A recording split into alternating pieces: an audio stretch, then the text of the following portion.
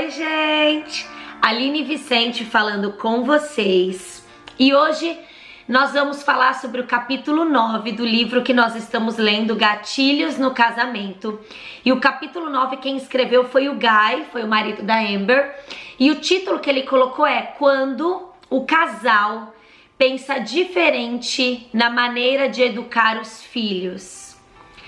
É engraçado que realmente às vezes a gente vem de culturas diferentes, tradições diferentes do nosso lar e a gente quer manter aquilo, a gente acredita que aquilo funcionou e a gente quer manter aquilo e isso pode causar conflito na hora de educar os filhos. E o Guy, ele começa o capítulo dizendo: os filhos são a extensão do casamento, em que o casal clama a Deus para ajudar a moldar, influenciar e ensinar e treinar os filhos. Então o casal é chamado para a educação de filhos, não só a mãe e nem só o pai, os dois. E ele diz assim: o impacto de uma criação de filhos diferentes, ou seja, maneira de pensar diferente, pode causar afastamento do casal e a desconexão com as crianças.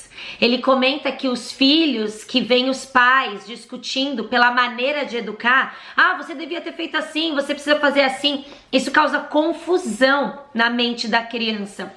E ele divide esse capítulo em 4 partes: a oração, o plano, a prática e a presença. E ele começa com a oração e uma pergunta: você e seu marido pensam da mesma forma no que diz respeito à educação de filhos? E ele fala que a união dos pais para isso é fundamental, para que a família seja saudável, para que as crianças cresçam de maneira saudável. E ele coloca aqui um versículo que está em 2 Crônicas 7,14, nós já lemos esse versículo no livro do Jejum de Açúcar. Se o meu povo, que se chama pelo meu nome, se humilhar, orar, buscar a minha face e se afastar dos seus maus caminhos, dos céus eu ouvirei, perdoarei o seu pecado e curarei a sua terra. E logo após ele coloca uma frase que eu até grifei aqui para ler para vocês: a raiva fere a nós e a quem quer que a raiva seja dirigida. Toda vez que a nossa resposta para os nossos filhos ou para o nosso marido é uma resposta de raiva, ela não fere só ele, mas fere a nós também. E ela fala, e ele põe aqui como uma pergunta para a gente orar com o nosso marido: será que a nossa forma de educar está refletindo a Cristo? Então, se você tem uma divergência na maneira de educar com seu marido, essa é uma pergunta que vocês podem se fazer. Será que nós estamos educando com princípios bíblicos? Será que nós estamos sendo bons representantes do amor de Deus para o nosso filho? Será que nós estamos alinhados nessa maneira de educar? Colocar isso em oração, deixar o Senhor falar com vocês e então vocês retomem a conversa. E pensem no que é que vocês precisam reconsiderar em relação ao que vocês pensam ser o certo na educação dos filhos, porque não é o que nós achamos certo, mas o que a Bíblia diz. A palavra do Senhor é completa. E aí ele entra na segunda parte do capítulo, que é o plano. E olha só, ele coloca aqui uma frase talvez até um pouco dura, mas muito verdadeira. A paternidade, a educação de filhos, ela não é brincadeira. E se você é um pai ou uma mãe sem propósito, então você é ridículo. Uma paternidade sem propósito é ridícula. E o que ele quer dizer com isso? Que nós não podemos simplesmente agir conforme as coisas vão acontecendo. Nós precisamos ter um plano, você precisa ser intencional, você precisa ter um propósito na educação dos seus filhos, não só apagar fogo. Eu não sei se você se sente assim muitas vezes, mas parece que você fica o dia inteiro apagando os fogos, ao invés de conter um incêndio como um todo. Da onde está vindo esse fogo? Isso é planejamento. E uma outra frase dura que ele coloca aqui é: nós passamos mais tempo planejando as refeições da semana do que planejando como vamos educar os nossos filhos. E o versículo que ele põe aqui, Marcos 3:25. Se uma casa estiver dividida contra si mesma, também não poderá subsistir. E o que isso quer dizer? Que se você e o seu marido não estão alinhados na criação de filhos, não vai dar certo. Não vai dar certo. O seu filho não vai saber como agir, ele não vai saber o que obedecer, quem obedecer, o que fazer. Então, o alinhamento na educação de filhos, não só na educação de filhos, eu acho que como um todo, é a parte essencial para o sucesso na educação dos seus filhos. E ele coloca aqui um exemplo que ele assistiu Super Nanny. Eu não sei se vocês assistiam a Super Nanny, gente. Eu amava assistir a Super Nanny. Quando ela passava eu era mais nova, mas eu amava assistir. E eu comentava muito com a minha irmã, com a Laís, de como ficava claro pra mim que na maioria das vezes o problema nas casas não eram os filhos, eram os pais. Os pais que estavam desconectados entre si, os pais que não sabiam o que fazer, os pais que não se comunicavam, e obviamente isso passa para os filhos, é um reflexo. Então não tem como um casal estar desunido e desalinhado e os filhos serem educados, obedientes, saberem como se comportar. Isso não existe. A educação de filhos, ela exige prática, mas também exige planejamento. E os filhos, eles são bênçãos. A palavra do Senhor diz em Salmo 127, 3:5, que os filhos são herança do Senhor, uma recompensa que Ele dá. Como flecha nas mãos do guerreiro são os filhos nascidos na juventude. E como é feliz o homem que tem a sua aljava cheia deles. Não será humilhado quando enfrentar os inimigos no tribunal. Ou seja, o seu filho, ele não chegou para trazer desunião, para te desalinhar, para acabar com o seu casamento. Muito pelo contrário. Os filhos, eles são bênção na nossa vida. Basta você e o seu marido estarem alinhados, se planejarem no que vocês podem fazer. Algo que eu faço muito com o Via aqui em casa é, no final do dia, quando eu tive algum problema que eu não consegui resolver com as meninas, eu falo com ele. Nossa, eu tive dificuldade de fazer a Laura obedecer nisso. Eu tô com uma dificuldade constante com a Sara, porque ela tem agido de determinada maneira, e a gente senta e conversa. Porque às vezes eu, estando dentro da situação, não tenho a mesma visão que ele de fora.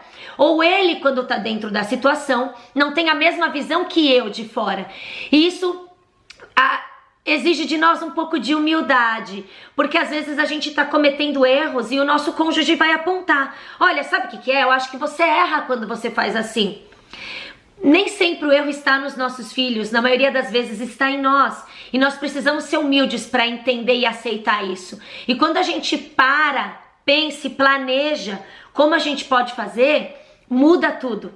E obviamente esse plano pode ser que precise mudar. E é aí que ele começa a falar da prática no capítulo. Ele fala que a gente precisa praticar, mas os desafios, eles mudam. O que significa que nós precisamos fazer constantes ajustes no nosso planejamento. Os filhos crescem, a gente muda os planos. Os filhos podem passar por alguma dificuldade na escola com um amigo e os nossos planos precisam mudar mais uma vez. A gente pode mudar de cidade e os nossos filhos refletirem algo que a gente precisa mudar de novo. Então, quando a gente vai praticando, a gente vai percebendo o que funciona e o que não funciona. E tudo bem se você tá fazendo algo e você percebe que não tá funcionando. O importante é você sempre buscar em oração a direção de Deus. Isso eu faço muito, muito. Às vezes eu me sinto completamente perdida, completamente. Eu falo, meu Deus, eu não sei o que fazer, eu já tentei isso, já tentei aquilo. E uma coisa que nós temos que ter em mente é que nós, como pais, não somos nós que consertamos os nossos filhos, não somos nós que levamos arrependimento aos nossos filhos, nós somos instrumentos para sermos representantes de Deus. Quem faz esse trabalho é o Espírito Santo. E como que o Espírito Santo alcança o nosso filho? Quando nós representamos o amor de Jesus para os nossos filhos, e então eles cedem a nossa autoridade e a autoridade de Deus na vida deles. A última parte do capítulo é a presença. E eu acho que a parte mais importante é tanto o pai quanto a mãe, eles têm que saber que eles precisam estar juntos nisso. Não existe maternidade ou a paternidade. Os dois precisam caminhar juntos. E o Guy, ele fala aqui que às vezes ele precisa levar em consideração o dia em que a Amber passou mais tempo se dedicando à educação dos filhos do que ele. E ter um cuidado com ela. Eu, às vezes, no final do dia, realmente estou muito cansada, porque eu tive que lidar com muitos desafios com as meninas, brigas entre elas, né? Às vezes não querem obedecer, não querem comer o que eu fiz. Gente, são infinitos desafios que a gente tem todos os dias. Aqui na minha casa não é diferente da sua. E o Vinícius, no final do dia, levar isso em consideração e falar assim, olha, eu tô percebendo que você tá cansada, deixa eu entrar em ação. É isso que é um time. É isso que a paternidade de sucesso para o seu filho precisa, de um casal alinhado, de um casal junto, de uma carne só. É o que nós estamos falando desde o início do livro, sermos um só em todas as situações. Estarmos alinhados em todas as situações. E a comunicação, eu creio que é a parte fundamental para todas essas situações. Então, os dois precisam ser uma equipe. A oração vai ser o alicerce da educação. O amor vai ser a inspiração da educação. A comunicação é a ferramenta da educação. E a intencionalidade é o propósito na educação.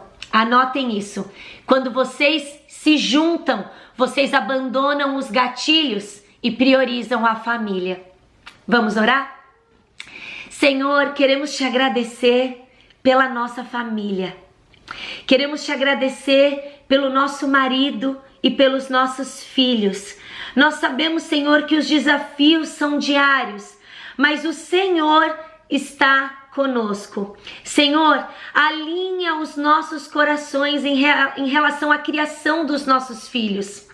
Que nós tenhamos a mesma visão, a visão que o Senhor traz na tua palavra. Que os princípios na educação dos nossos filhos seja bíblico.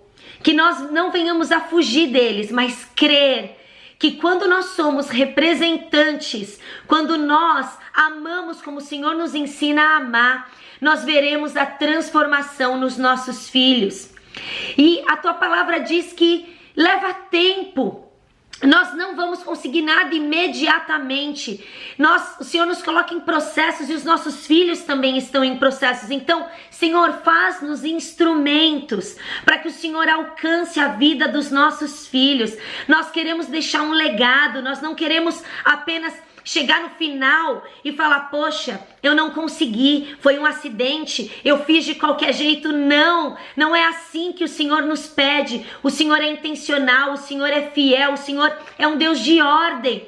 E Pai, nos ajuda a ter ordem na educação dos nossos filhos. Senhor, o Senhor é o melhor exemplo de pai. O Senhor é um pai perfeito, que nós venhamos a olhar para o Senhor, para sermos um pai como o Senhor é, que estende graça, que estende misericórdia, que não usa força, mas exorta e disciplina em amor. O Senhor sabe a hora de disciplinar, o Senhor sabe a hora de exortar. Senhor, nos capacita, nos traz sabedoria como pais e mães, em momentos que nós não sabemos o que fazer, que ao invés de usarmos a força da nossa voz, a força do nosso braço, nós venhamos a te buscar em oração, para que o Senhor traga sobre nós sabedoria e discernimento no falar. Ó Deus, que os nossos filhos olhem para nós e eles vejam o quanto de Jesus e paixão por Jesus existe em nossas vidas. Senhor, te peço mais uma vez, alinha os casais, que eles sejam uma só carne em todas as situações e principalmente na educação dos filhos, que são as nossas flechas, é o nosso legado, é a nossa geração, a nossa próxima geração, Pai. Obrigada, Senhor, obrigada, Pai, pelo que o Senhor tem feito até aqui e pela maneira que o Senhor tem nos conduzido até aqui. Mas nós sabemos que podemos fazer diferente a partir de agora. E o Senhor está conosco para nos sustentar. Em nome de Jesus, amém. Até a próxima. Tchau.